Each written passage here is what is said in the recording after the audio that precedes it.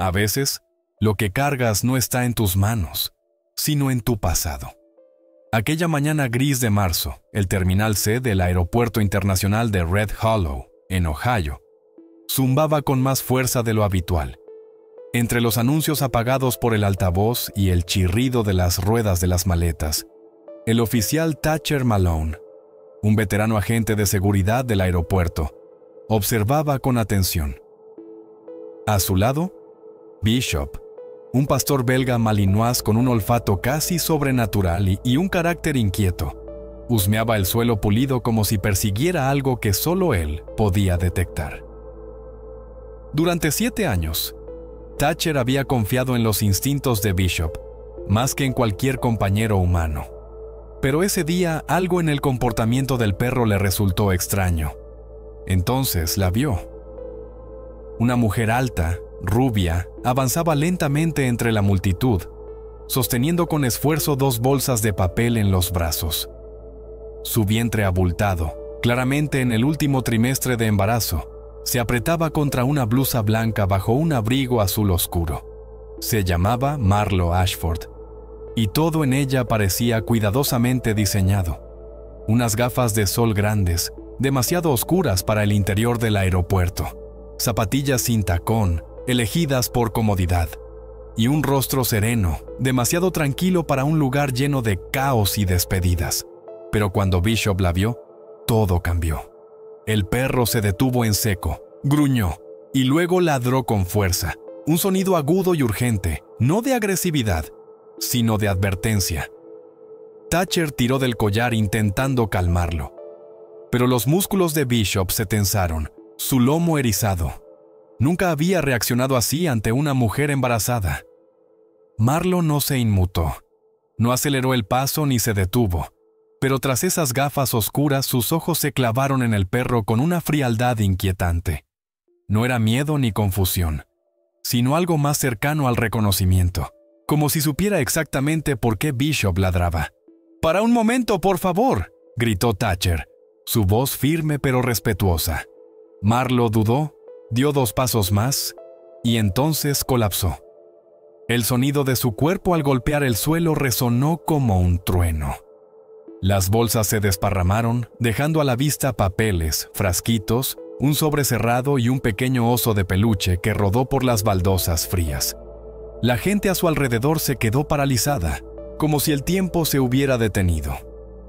Thatcher se arrodilló junto a ella y pidió ayuda por radio mientras Bishop seguía ladrando, ahora con un tono de pánico, como si intentara decir algo que nadie más podía entender. Fue entonces cuando Thatcher vio el sobre.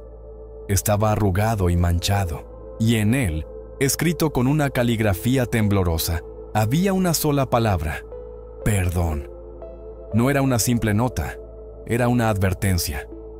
Mientras las sirenas se acercaban a lo lejos, una sensación opresiva se apoderó de él. Esa mujer, y lo que llevaba consigo, no debería haber llegado nunca a ese aeropuerto. Pero ya era demasiado tarde. Los paramédicos llegaron minutos después, aunque a Thatcher le parecieron horas.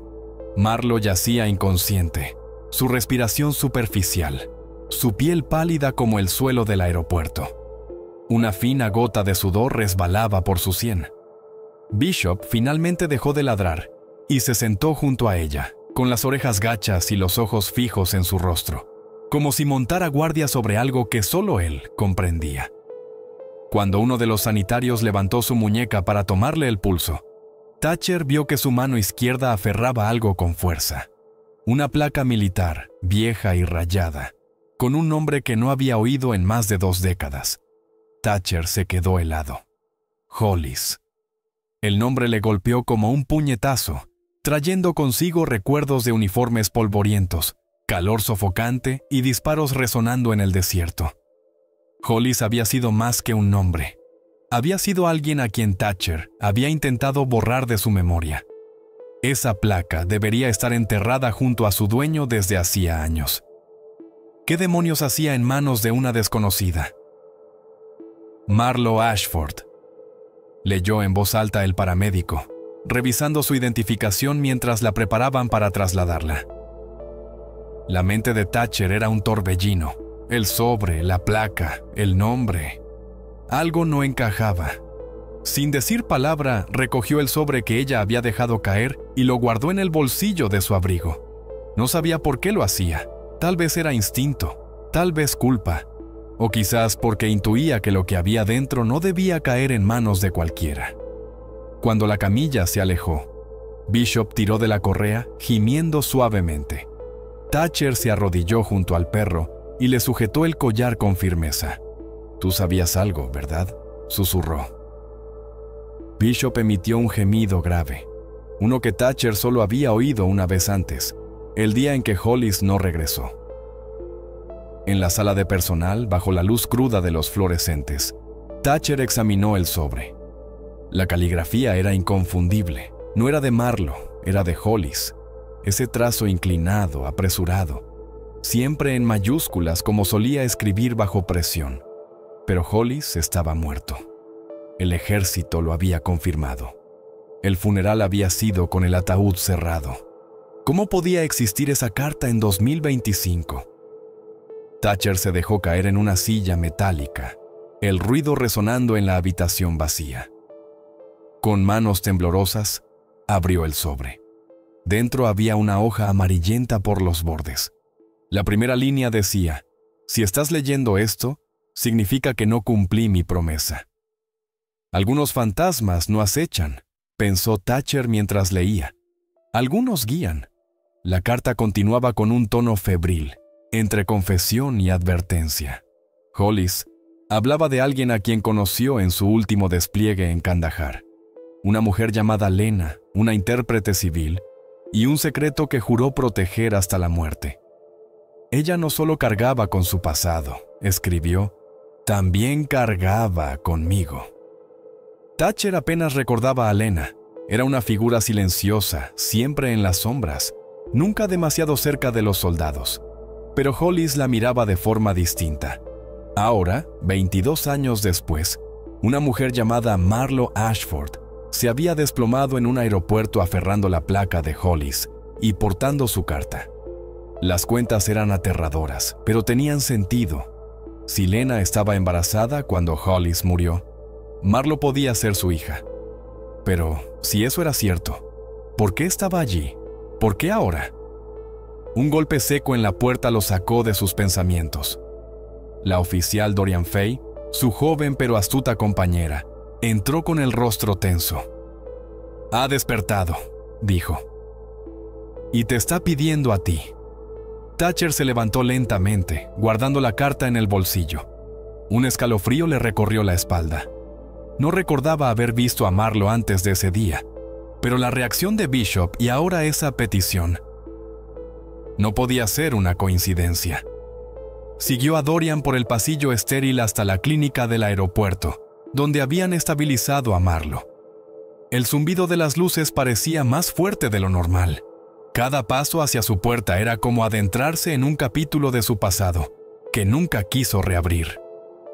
A través del cristal, la vio sentada en la cama, con los labios pálidos y las manos jugueteando con la sábana. Parecía más joven, vulnerable, como alguien a punto de quebrarse. Sus ojos se alzaron, sus miradas se cruzaron y por un instante, Thatcher vio a Hollis en ella. La forma de sus ojos, el peso de una verdad no pronunciada. Marlo murmuró algo, no un saludo ni un nombre, sino una pregunta. ¿Sabes quién soy? Thatcher entró en la habitación y el silencio se volvió más pesado que el aire. Marlo no dijo nada al principio, sus manos aferrando la sábana con los nudillos blancos. Sus ojos lo observaban, no solo mirándolo, sino escrutándolo, midiendo algo. «¿Tú lo conocías, verdad?», preguntó al fin, su voz ronca pero firme. «¿A Hollis?», ¿no dijo mi padre? Y Thatcher no respondió de inmediato. Una parte de él aún no podía admitirlo en voz alta. «Serví con él», dijo por fin, su voz baja. «Estuvimos en la misma unidad hasta su última misión». Ella asintió una vez, como confirmando algo que solo ella veía. «Escribió sobre ti», dijo, y sus ojos se llenaron de lágrimas que no llegaron a caer. Dijo que eras el único en quien confiaba, que si algo le pasaba, tú sabrías qué hacer. El nudo en la garganta de Thatcher se apretó. No se sentía digno de esa confianza, no después de las decisiones que había tomado, no después de cómo murió Hollis. Marlo metió la mano bajo la almohada y sacó otro sobre, desgastado, arrugado, casi deshaciéndose. Lo escribió para mí antes de que naciera, explicó, tendiéndoselo con dedos temblorosos. Mi madre lo escondió toda mi vida. Dijo que era demasiado peligroso, que solo traería dolor. Thatcher lo tomó, sintiendo su peso como si estuviera hecho de plomo. No lo abrió, no podía, no todavía. Lo encontré después de que ella muriera, hace unas semanas, continuó Marlo. Y entonces empezaron a pasar cosas. Alguien me vigilaba, me seguía. Intentaron entrar en mi piso, no se llevaron nada, solo revolvieron todo, como si buscaran algo concreto. Su voz se quebró y, por instinto, llevó una mano a su vientre protegiéndose.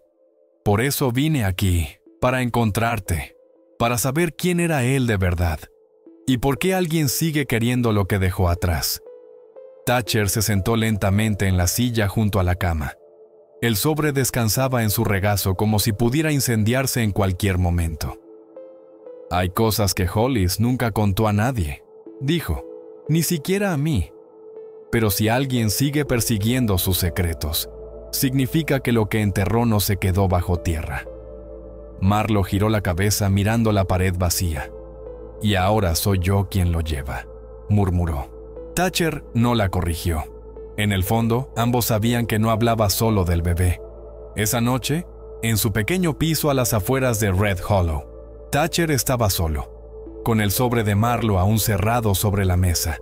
La lámpara proyectaba una luz amarilla que hacía las palabras «a mi hija, si me voy», más pesadas. Bishop yacía a sus pies, las orejas alertas incluso en reposo. El aire estaba cargado de recuerdos y culpa. Había cosas de aquella última misión con Hollis que nadie debía saber. Cosas que lo habían perseguido en sueños durante más de 20 años. Finalmente, abrió la carta. La letra de Hollis, temblorosa y apresurada, se derramaba por la página como si intentara escapar del tiempo. Hablaba de archivos gubernamentales, documentos ocultos y una memoria USB robada durante una operación secreta que no aparecía en ningún informe oficial. Nos dijeron que encontramos armas, escribió. Pero lo que vi no era para un campo de batalla. Era información, nombres, coordenadas y algo más, algo por lo que estaban dispuestos a matar. El estómago de Thatcher se hundió. Recordaba esa misión. La noche en que Hollis desapareció durante 4 horas y regresó con sangre en la camisa y miedo en los ojos. Nunca explicó qué pasó. Solo entregó una bolsa sellada a alguien de Langley y fingió que no había ocurrido nada.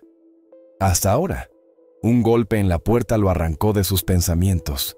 3 golpes secos, precisos. Bishop se levantó de un salto gruñendo.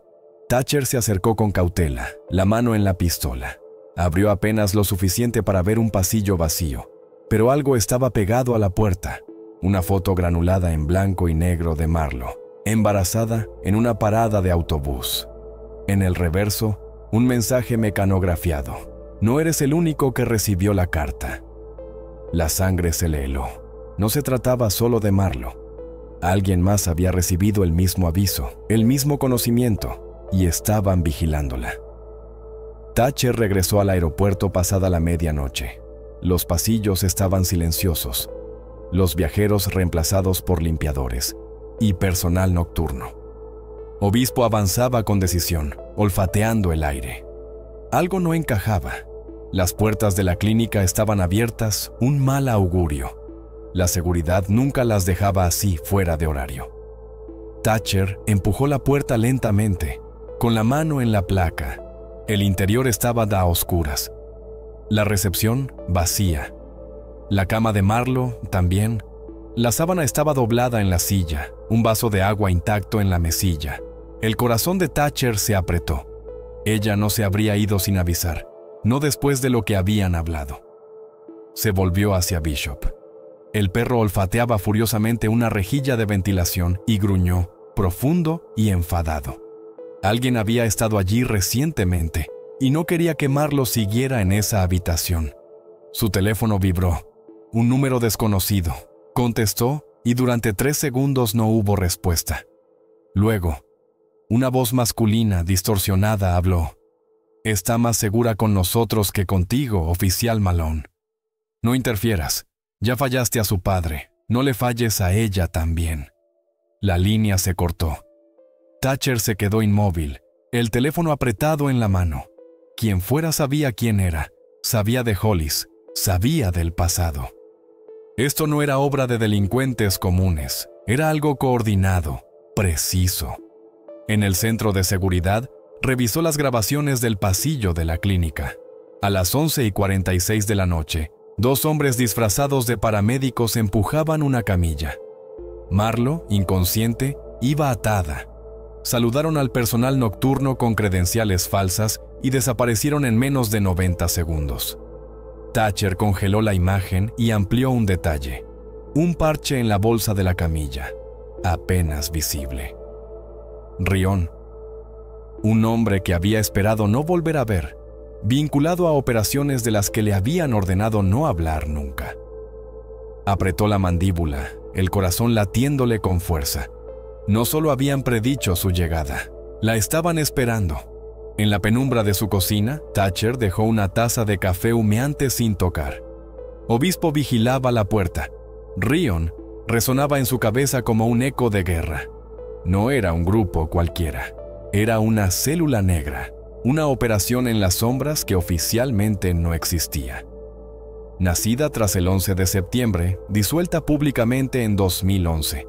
Pero rumores decían que seguía activa bajo identidades falsas. Hollis había hablado de ellos una vez, en susurros, durante un patrullaje en Helmand. «No rescatan gente», dijo. «La borran». Thatcher necesitaba información, y solo conocía a una persona lo bastante loca para tener archivos clasificados fuera del sistema. Albie Crane, un exanalista de la NSA convertido en ermitaño obsesionado con conspiraciones. Vivía en un tráiler destartalado en las colinas cerca de Columbus. Thatcher no lo veía desde hacía una década, pero si alguien tenía datos sobre Ryan, era él. Condujo toda la noche, la mente dando vueltas a las imágenes de los falsos paramédicos, el mensaje, el parche. Si Hollis había escondido algo tan valioso como para despertar a Ryan, no era solo una lista de nombres. Era una prueba que alguien había matado por ocultar. El tráiler de Albie parecía sacado de una película de ciencia ficción. Paneles solares, cables colgando de antenas y un cartel en la puerta que decía: «Sonríe, ya estás comprometido». Cuando abrió, descalzo, y con una camiseta que rezaba: «Yo tampoco confío en mí», ni siquiera parpadeó al ver a Bishop o a Thatcher. «Te dije que este día llegaría», murmuró. «Tengo 2 copias del archivo fantasma, pero si estás aquí, uno ya está en marcha». Thatcher alzó una ceja. «¿Sabías de Hollis?» Albie sonrió sombríamente. «No lo conocía, pero seguí la operación. Una extracción de activos salió mal, corte de comunicaciones repentino. No fue solo una misión, fue un encubrimiento. Tu amigo no era solo un soldado, era el último obstáculo entre ese archivo y el mundo». Conectó un disco duro encriptado y abrió una carpeta marcada con una calavera. La pantalla parpadeó antes de mostrar un vídeo. Una sala de interrogatorios oscura, una figura frente a un hombre atado, magullado, apenas consciente. Era Hollis.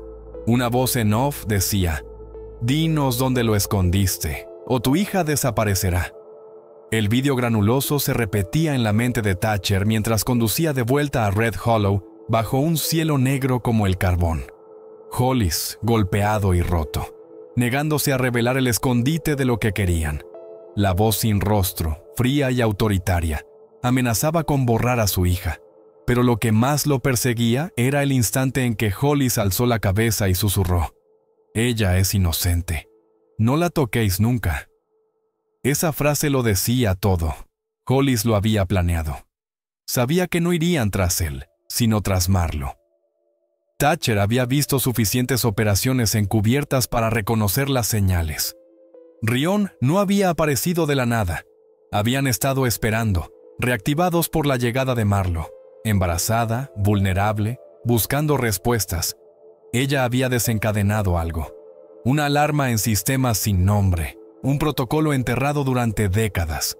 Ahora la tenían, y lo que buscaban estaba o bien dentro de ella o la consideraban la llave para encontrar lo que Hollis escondió hace más de 20 años.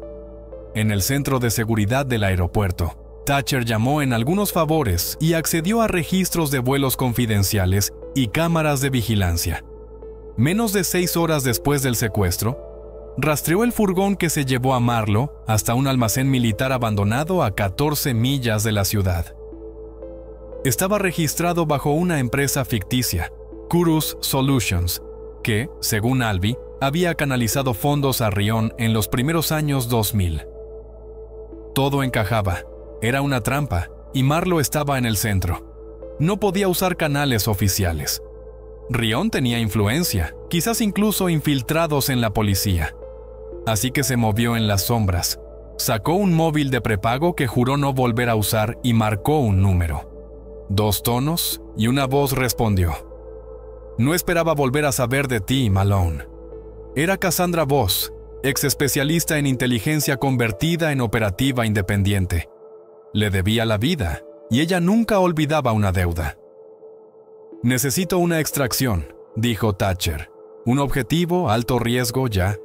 Cassandra no preguntó nada, solo dijo, envía las coordenadas, yo traigo el silencio.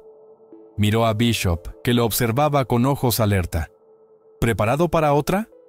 El perro golpeó el suelo con la cola una vez, luego otra. Era toda la respuesta que necesitaba. Mientras cargaba su arma y guardaba el disco con el vídeo en una caja fuerte, las palabras de Hollis resonaron en su cabeza.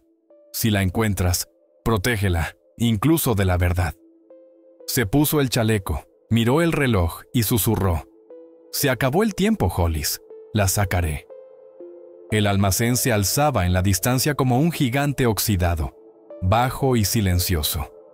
Thatcher aparcó a 2 calles, bajo un paso elevado donde las luces de la ciudad apenas llegaban.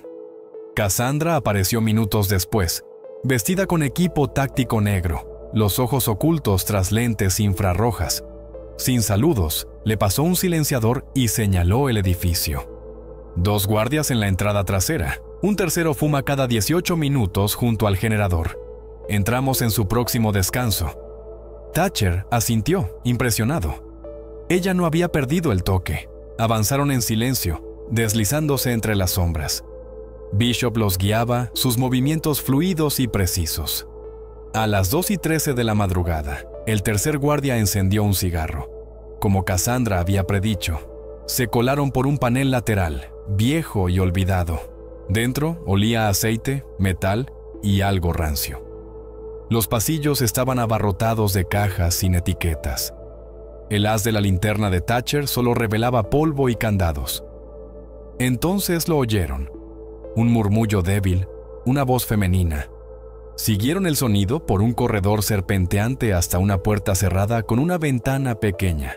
Allí estaba Marlo, esposada a una silla, el pelo revuelto, los labios agrietados. Pero sus ojos se iluminaron al verlo.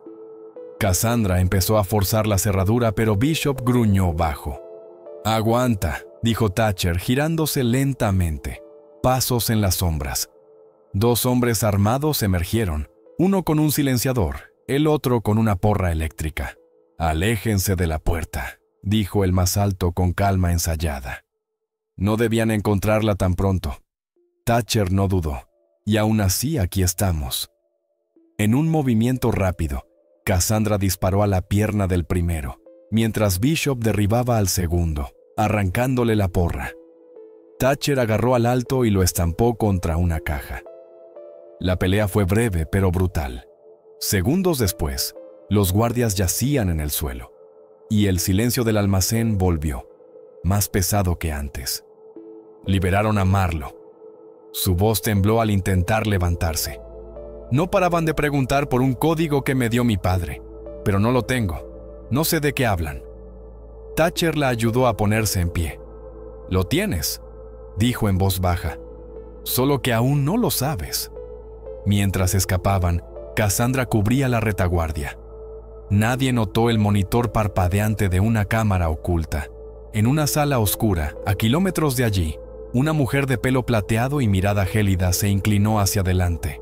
«Está activa», susurró a alguien fuera de plano. «El bebé despierta», sonrió. «Que corran, esto solo empieza». En un motel barato, el silencio era casi sobrenatural. Marlo estaba sentada al borde de la cama, envuelta en una manta, sus dedos trazando el contorno de la placa militar que aún colgaba de su cuello. Thatcher vigilaba por la ventana, viendo la lluvia deslizarse por el cristal. Cassandra dormía en una silla, con un ojo siempre entreabierto. Bishop descansaba a los pies de Marlo, su respiración lenta y constante. El asalto al almacén había dejado marcas físicas y emocionales, pero el verdadero peso venía de las preguntas sin respuesta. «No recuerdo que hablara de él», susurró Marlo, rompiendo la quietud. «Mi madre, Lena, lo guardaba todo bajo llave, literalmente. Tenía una caja de madera con el cierre roto. Nunca me dejaba tocarla». Thatcher se giró. «¿Todavía la tienes?» Marlo asintió. «En mi piso. Lo destrozaron todo, pero dudo que la encontraran. La escondió dentro de un piano viejo que creen que no funciona». Su voz se quebró. Típico de ella. Hacer que todo pareciera roto cuando en realidad guardaba la melodía. A la mañana siguiente, con identidades falsas y un coche sin placas cortesía de los contactos de Cassandra, fueron al piso de Marlo. El edificio estaba precintado, pero Thatcher sabía cómo sortear la cinta policial. Dentro, el caos superaba lo imaginable. Cajones volcados, marcos rotos. Pero el piano seguía intacto, escondido a plena vista. Marlo levantó la tapa y sacó la caja de madera. La abrió con cuidado, como si destapara una tumba. Dentro había fotos en blanco y negro, desgastadas por el tiempo. Lena y Hollis riendo junto a un jeep militar. Documentos en farsi. Una cinta con la etiqueta «Solo para ella cuando esté lista» y un saquito de terciopelo. Dentro, una llave de latón antigua con un número grabado, 0471. Marlo la miró como si fuera radiactiva. «He visto este número antes», murmuró. Escrito a mano en un mapa de Arlington. Los ojos de Thatcher se entrecerraron. No es solo una llave, es una ubicación, una caja fuerte. En el motel, escucharon la cinta. La voz de Lena, más vieja de lo que Marlo recordaba, era lenta y cauta. «Si oyes esto, estás en peligro y lo siento. Intenté protegerte de él, de ellos, de la verdad. Pero siempre encuentras el camino de vuelta. Naciste para eso». Las manos de Marlo temblaban. «Nunca te conté que le hicieron a Hollis, ni a mí. Pero lo que hay en esa caja no es solo de ellos, es tuyo. Y harán lo que sea por esconderlo». Fuera, un trueno retumbó. En el destello de un relámpago, Thatcher vio una figura al otro lado de la ventana. Se levantó de golpe. «Nos han encontrado». Bishop gruñó. Cassandra abrió los ojos y Marlo susurró, como si la verdad al fin emergiera. «No se trata de un archivo. Se trata de mí». El tren a Arlington traqueteaba en silencio. El golpeteo de las vías apenas audible bajo el peso de lo que estaban a punto de hacer. Marlo iba entre Thatcher y Cassandra, aferrando la llave como si fuera un salvavidas. Bishop descansaba bajo el asiento, inmóvil, como si presintiera la gravedad de su destino. Nadie hablaba mucho. El aire estaba cargado de miedo y preguntas sin respuesta. Llegaron al mediodía. El cielo gris encajaba con las calles de piedra y los edificios solemnes del casco histórico. El banco era antiguo, de granito, con puertas de latón y guardias que parecían más decorativos que útiles. Una recepcionista los recibió con desgana, pero al ver la llave su expresión cambió. Llamó al gerente sin mediar palabra. Un hombre de traje azul oscuro, el señor Long, Los guió por un corredor lleno de cajas de seguridad. Caja 471, dijo, deteniéndose ante una con doble cerradura. No se ha tocado en más de 20 años, sellada por orden de Lena Ipo Ashford. Usted debe ser su heredera. Marlo asintió, conteniendo el aliento. Lon insertó su llave maestra. Ella, la suya. Los cerrojos se dieron con un gemido metálico. Dentro no había joyas, solo un sobre grueso etiquetado solo para consulta y un reloj antiguo que aún tic-tacaba. Marlo tomó el sobre. Había documentos militares sellados, algunos en inglés, otros en farsi. Fotos de hombres uniformados, mapas con líneas rojas trazadas en el desierto. Una imagen hizo retroceder a Thatcher, él y Hollis, jóvenes, frente a una base. Detrás, apenas visible, Lena. Pero bajo los papeles había algo más, un informe de ADN en plástico. El nombre en la cabecera, Marlo Pumindos Ashford. Debajo, una línea resaltada. Marcadores genéticos anómalos detectados. Sujeto coincide con perfil Proyecto Helix. Cassandra frunció el ceño. Proyecto Helix, biotecnología militar ultrasecreta. DARPA lo inició en los 90 y lo cerró cuando demasiados sujetos desaparecieron. El estómago de Thatcher dio un vuelco. ¿Dices que ella fue parte de eso? No, respondió Cassandra mirando a Marlo. Digo que podría ser su resultado. Marlo clavó la vista en el papel, respirando entrecortado. La verdad ya no estaba oculta. Su madre no solo la protegía de personas, la protegía de sí misma. Mientras el reloj llenaba la sala con su tic-tac, pasado y futuro chocaron. ¿Quién soy?, susurró Marlo. Ellos lo sabían antes de que naciera. Thatcher la miró, luego al expediente. Y no van a parar ahora. En un puesto de guardabosques abandonado en los bosques de Virginia Occidental, cortesía de Cassandra, esparcieron los documentos sobre una mesa. Mapas, diagramas, memorandos cifrados y los archivos Helix. Cassandra trabajaba rápido, escaneando páginas con precisión militar. Thatcher vigilaba por la ventana, brazos cruzados. Marlo, sentada en silencio, sostenía el informe de ADN como si quemara. Helix no era solo investigación genética, dijo Cassandra, sosteniendo un papel desvaído. Era una operación clandestina para identificar y manipular ventajas biológicas heredadas, inteligencia, fuerza, memoria, resistencia psicológica. No querían crear supersoldados, querían criarlos. Thatcher habló bajo. ¿Cría selectiva? ¿Entornos controlados? ¿Seguimiento desde el nacimiento? Cassandra asintió. Y según esto, Lena fue voluntaria, o un objetivo. Tenía marcadores genéticos excepcionales. Miró a Marlo. Y Hollis no era solo tu padre, era tu protector, tu guardián. Los ojos de Marlo se humedecieron, pero no lloró. ¿Entonces mi vida estaba planeada? No del todo, dijo Thatcher con suavidad. Alguien planeó lo que podría ser, pero no quién eres.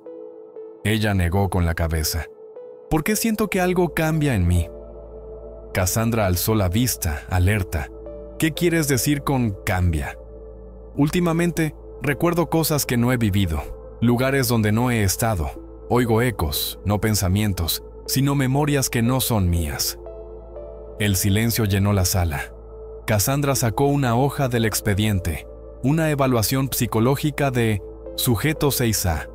Describía impresiones de memoria compartida, percepción agudizada y una conexión profunda con instintos biológicos, especialmente caninos. Miró a Bishop, pegado a Marlo desde el principio, respondiendo a ella como si leyera su mente.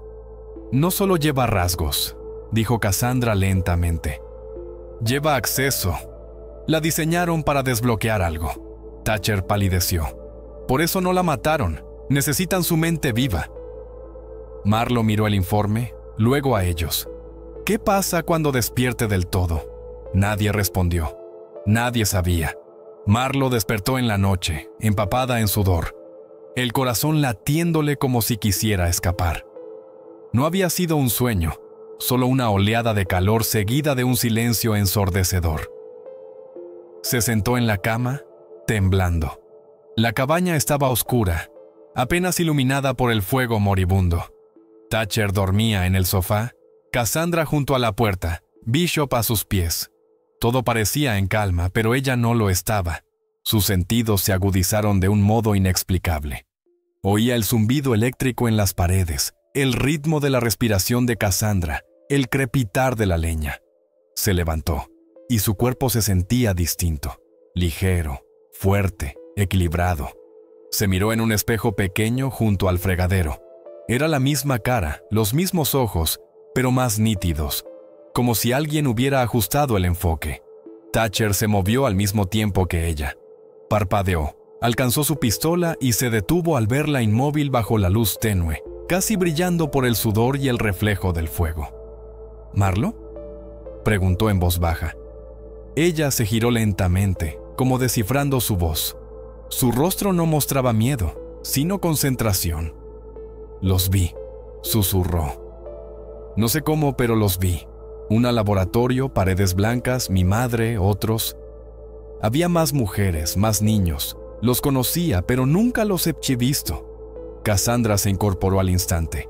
«Estás teniendo un recuerdo inducido. No es solo adrenalina. Algo está activando datos almacenados a los que tu mente no había accedido». Marlo miró sus manos. «No sé qué me pasa, pero no es un colapso. Es un comienzo». Bishop gruñó, no en advertencia, sino en respuesta, como si percibiera el cambio. Entonces, un pitido. El portátil en la mesa parpadeó. Cassandra cruzó la habitación. «No está conectado a nada», dijo. Pero el parpadeo continuó. La pantalla se encendió, mostrando una línea. «Activación fase 2. Protocolo Helix confirmada». Las palabras pulsaron y desaparecieron. Un escalofrío recorrió la sala. «Sabían qué pasaría», dijo Thatcher. «Esperaban que despertara». Marlo retrocedió. «No toqué nada, solo pasó». Cassandra cerró el portátil.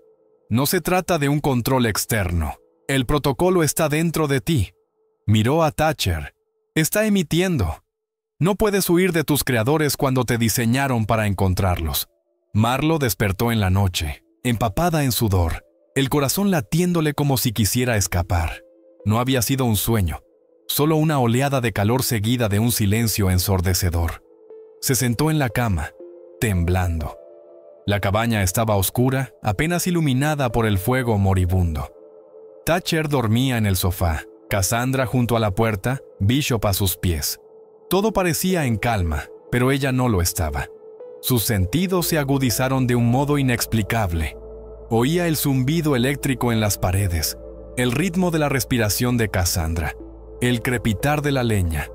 Se levantó y su cuerpo se sentía distinto, ligero, fuerte, equilibrado. Se miró en un espejo pequeño junto al fregadero. Era la misma cara, los mismos ojos, pero más nítidos, como si alguien hubiera ajustado el enfoque.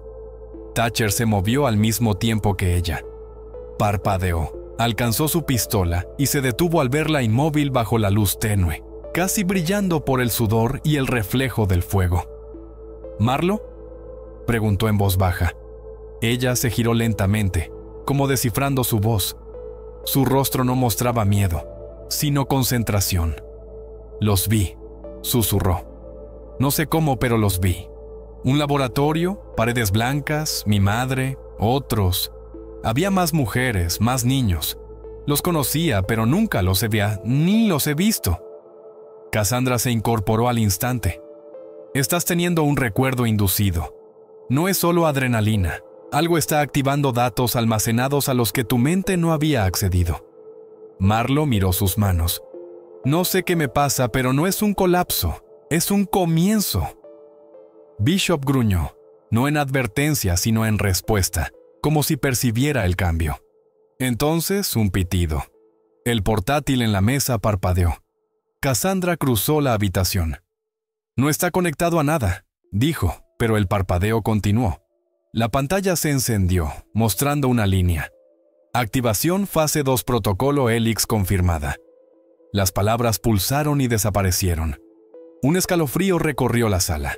Sabían que pasaría, dijo Thatcher. Esperaban que despertara. Marlowe retrocedió. No toqué nada, solo pasó. Cassandra cerró el portátil. No se trata de un control externo. El protocolo está dentro de ti. Miró a Thatcher. Está emitiendo. No puedes huir de tus creadores cuando te diseñaron para encontrarlos. La quietud tras la activación era más ruidosa que cualquier alarma. Marlowe sentía el cambio, no solo físico, sino mental, emocional, casi espiritual. No estaba transformándose, estaba conectándose a algo mayor. Thatcher sabía que su tiempo se agotaba. Ahora que Helix había confirmado su activación, los responsables, los que la construyeron, estaban en alerta. Sabían que existía, que estaba despierta, y vendrían por ella. Cassandra rastreó un nombre en los documentos del banco: el Dr. Julian Crest, un genetista de DARPA oficialmente fallecido en 2012 tras un accidente de laboratorio. Pero registros financieros cifrados contaban otra historia. Seguía recibiendo fondos a través de una empresa fachada en Arizona. No está muerto, confirmó Cassandra. Solo se escondió tras los papeles adecuados. Marlowe miró la pantalla. Si me creó, me debe la verdad. El lugar estaba disfrazado como un centro de rehabilitación en el desierto de Arizona. Aislado, silencioso, rodeado de arena y sombras. Pero las imágenes de vigilancia mostraban otra cosa. Guardias armados sin insignias, vehículos con sensores térmicos, entradas reforzadas. No es un centro, dijo Thatcher, es un búnker. Entraron pasada la medianoche por una vieja mina de mantenimiento que Albie había desenterrado en planos antiguos. El aire era frío, estéril, pesado de secretos. Tras sortear pasillos estrechos y trampas de seguridad, encontraron un laboratorio subterráneo. Allí, esperándolos, estaba un hombre de pelo cano y ojos vacíos. No huyó ni se alteró, solo levantó las manos lentamente. «Llegas pronto», dijo con calma mirando a Marlowe. El protocolo se activó antes de tiempo. Thatcher dio un paso adelante, pistola en mano. «¿Dr. Crest?» «Fui ese hombre», respondió. «Ahora solo soy el último que recuerda cómo te hicieron». Marlowe se acercó, la voz firme pero rota. «¿Por qué mi madre? ¿Por qué yo?» Crest suspiró. «Porque ella tenía los marcadores más puros, y tú fuiste nuestro único éxito». La respuesta silenciosa a una pregunta que el mundo aún no ha hecho. «¿Qué pregunta?», espetó Cassandra. Crest la miró, luego volvió a Marlowe. «Helix no fue el fin. Fue el primer paso, un prototipo, y tú eres la única que sobrevivió al proceso». Antes de que pudieran reaccionar, una explosión sacudió el lugar. El edificio tembló, luces rojas parpadearon, sirenas ulularon. Violación de seguridad detectada. Protocolo de contención iniciado. Anunció una voz robótica. Crest sonrió con amargura. «Querías la verdad», dijo. «Ahora se asegurarán de que no salgas con ella». El pasillo se llenó de luz roja y alaridos. Las puertas metálicas se cerraron una tras otra, cortando las salidas. Cassandra agarró a Marlowe y la arrastró hacia el laboratorio. «Están sellando todo. Tenemos 90 segundos como mucho». Thatcher miró a Crest. «Vienes con nosotros». Pero Crest no se movió. «Nunca debí salir de aquí», dijo, y su voz se apagó. Marlowe respiraba rápido, pero su mente estaba tranquila, demasiado tranquila. Destellos de memoria regresaron. Planos del complejo, túneles, salas de máquinas. No solo recordaba, accedía a conocimientos que nunca tuvo. «Un túnel bajo el laboratorio 3», dijo de pronto. «Lleva a unas cámaras frigoríficas antiguas». Cassandra la miró. «¿Cómo lo sabes?» «No lo sé», susurró Marlowe. «Pero lo sé». Se movieron rápido. Thatcher iba delante, Cassandra detrás, y Marlowe los guiaba por el laberinto de cemento. Bishop permanecía a su lado, sus movimientos precisos. Cada giro que tomaban, Marlo lo anticipaba: cámaras, sensores, patrullas. No era suerte, era supervivencia codificada. Llegaron a una compuerta sellada. «Fue soldada hace años», murmuró Cassandra. «Ya no», dijo Marlo. Puso la mano en un panel y el cerrojo se abrió con un siseo. El túnel era estrecho, frío, lleno del zumbido de máquinas olvidadas. Mientras avanzaban, Thatcher se giró hacia ella. ¿Memoria muscular programada? Marlo asintió. Creo que mi madre escondió más que una caja en ese piano. Escondió instintos. Tal vez todo un mapa. Cassandra miró atrás. No solo recuerdas este lugar. Fuiste creada para escapar de él. Los pasos resonaron tras ellos. Operativos de Rion, armados hasta los dientes, se acercaban. Disparos rebotaron en las paredes. Thatcher respondió al fuego, cubriendo al grupo. Una bala pasó rozando la cabeza de Marlo. Bishop gruñó y embistió a un soldado, dándoles unos segundos. Thatcher lanzó una granada de luz y escaparon al exterior, a un barranco seco tras el complejo. Un furgón los esperaba, preparado por Cassandra. Mientras huían en la noche desértica, Marlo aferraba el reloj de bolsillo del banco, su tic-tac constante en la mano.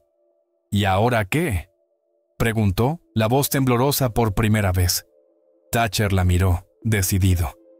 Dejamos de correr y empezamos a cazar. Cassandra asintió. Quien creó esto no solo te creó a ti, crearon a otros. En un refugio en la campiña de Nuevo Hampshire, el silencio era tenso, como si el mundo contuviera el aliento. Marlo estaba sentada en el suelo, rodeada de documentos del laboratorio de Crest. Páginas rotas, fotos, cintas con códigos. Thatcher vigilaba desde la puerta. Cassandra garabateaba en una libreta, reconstruyendo una cronología. Pero fue Marlo quien lo encontró. Una hoja doblada dentro de un manual sin título. Una lista de 5 nombres, todos con el prefijo 6A. Ella era el último. Pensé que era la única, dijo en voz baja.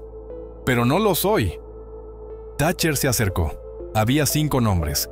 Marlo era la última. No son solo archivos, son personas. Marlo señaló el segundo nombre. Kane Ward. Lo vi en sueños. Un chico corriendo por la nieve. Creía que era mi imaginación. Cassandra levantó la vista. No es imaginación, es neurológico. Estáis conectados, genéticamente o cognitivamente. Recibes señales, memorias compartidas, quizás comunicación instintiva.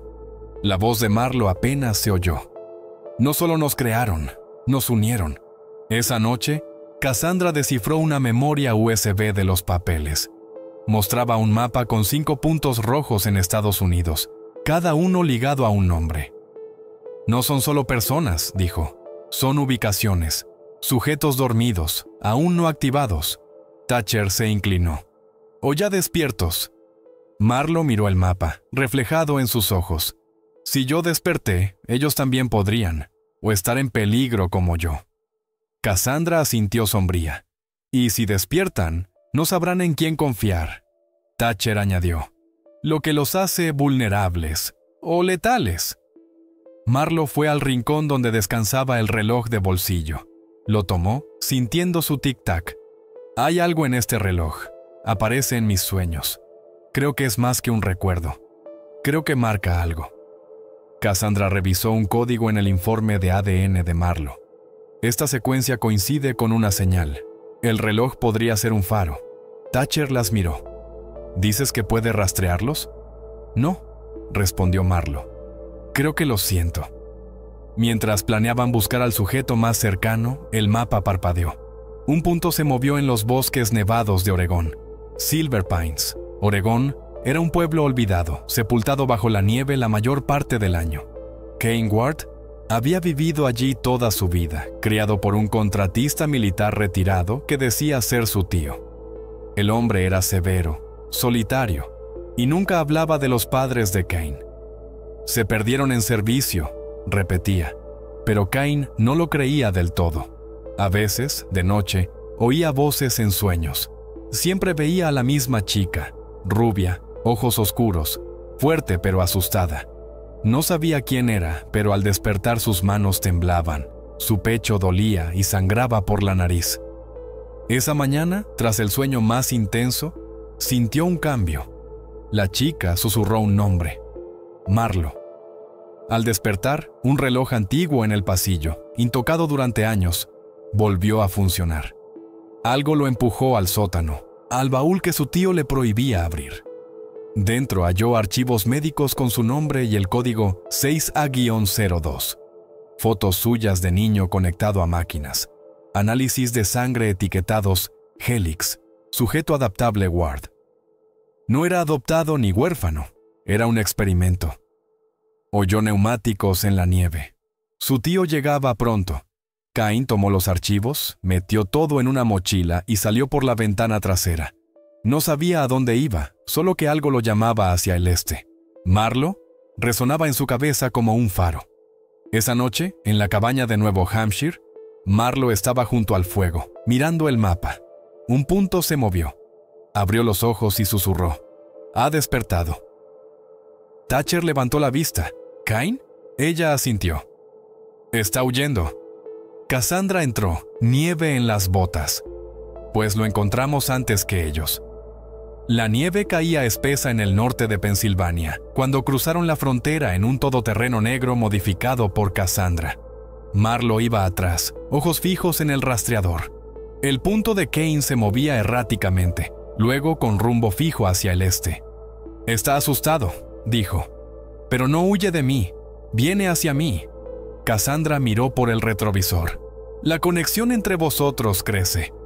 Si Helix incluyó una frecuencia neuronal compartida, cuanto más cerca estéis, más os alinearéis». A Thatcher no le gustó. «¿Qué pasa si todos despiertan?». Cassandra suspiró. «El experimento empieza de verdad, y nadie sabe qué significa». Marlo miró sus manos. Ya no temblaban.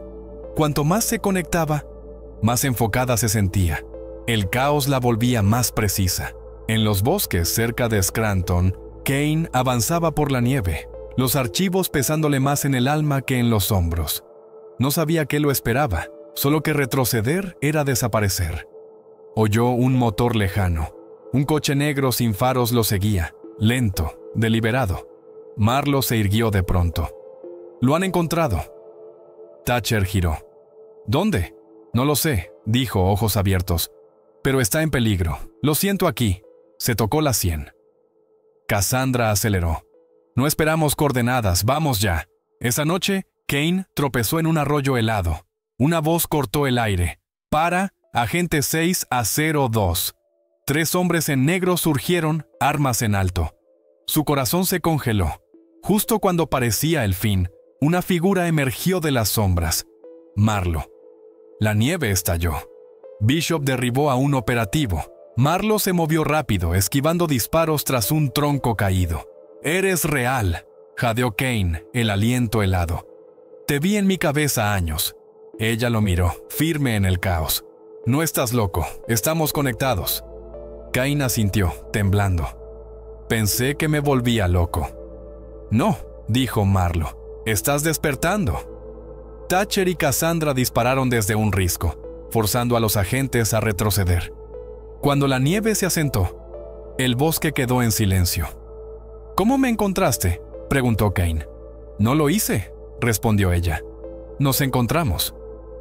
Era eléctrico, no romántico, sino como recordar una canción desconocida pero familiar. En el todoterreno, Cain procesaba todo, manos en la cabeza. Sus archivos confirmaban lo que Cassandra descifró: conexiones neuronales, memorias compartidas. Era el segundo sujeto viable de Helix. «Éramos 5», dijo Cassandra. «Ahora sois 2, 3 siguen ahí, y Rion no parará». Marlo miró a Cain. «¿Lo sientes?». Él asintió, como alguien hablando en una frecuencia que no ajusto. «Son los otros», dijo ella. Thatcher entró quitándose nieve. «Interferimos cháter de Rion. Preparan un barrido total. Activar a los que quedan o eliminarlos antes que nosotros». Cassandra miró por la ventana, tormenta creciendo. «No es supervivencia, es selección. Vosotros 2 estabais hechos para durar. Los otros, quizá no». Marlo se levantó, fuego en los ojos. Entonces no huimos más. Los encontramos, los traemos y acabamos esto antes que ellos. Cain la miró, sorprendido. ¿No tienes miedo? Ella sonrió, rota pero firme. Sí, pero el miedo no para. Tomó el reloj, tic-tac constante. Nos crearon para seguir. Nosotros decidimos terminar. Un viejo complejo en las colinas de Carolina del Norte parecía abandonado, pero Marlo sentía la señal viva. Ella, Cain, Cassandra, Thatcher y Bishop, Stoyali frente a la entrada oxidada. Sabían que abajo estaban los últimos 3 sujetos Helix, despiertos, sin huir ni esconderse. Bajaron por túneles fríos, guiados por instinto más que memoria. Los encontraron en una sala, 3 figuras como ellos, marcadas, alteradas, sin miedo, solo reconocimiento. Una chica dio un paso. «Te vimos en la oscuridad».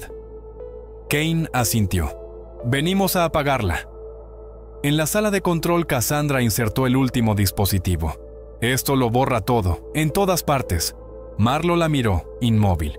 «Hazlo». Cuando el sistema colapsó, fue como exhalar un aliento retenido. Servidores apagados, códigos borrados.